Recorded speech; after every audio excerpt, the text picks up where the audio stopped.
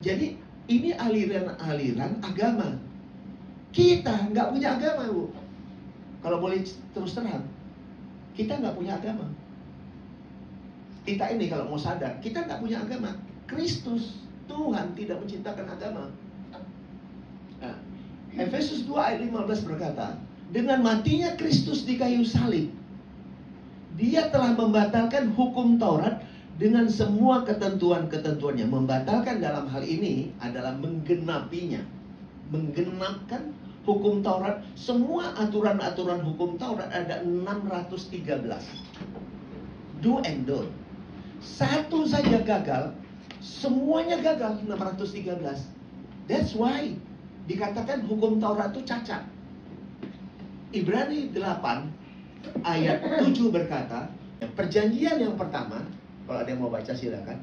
Perjanjian yang pertama itu dikatakan cacat. Apa itu perjanjian yang pertama? Yaitu hukum Taurat. Kenapa cacat?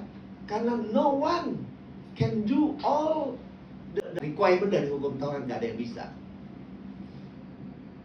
Nah itu, jadi itu cacat. Makanya dikatakan di ayat 13-nya, ya Ibrani 8 ayat 13, akan ada dibuat apa? Suatu perjanjian yang baru.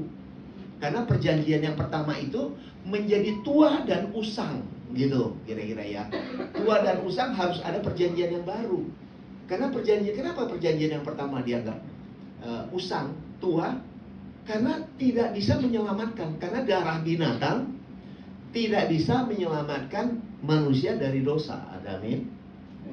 Makanya dibutuhkan perjanjian yang kedua, yaitu apa? Kristus itulah sebagai perjanjian, memenuhi perjanjian yang kedua, yaitu harus disahkan oleh darah yang kudus, yaitu darah Kristus. Sehingga Ibrani 10 ayat 10 berkata, oleh karena persembahannya, oleh karena kasihnya, oleh karena rahmatnya lah, maka kita semua, orang-orang yang di zaman itu sebetulnya, kita semua sudah dikuduskan satu kali untuk selama-lamanya. Gitu kira-kira.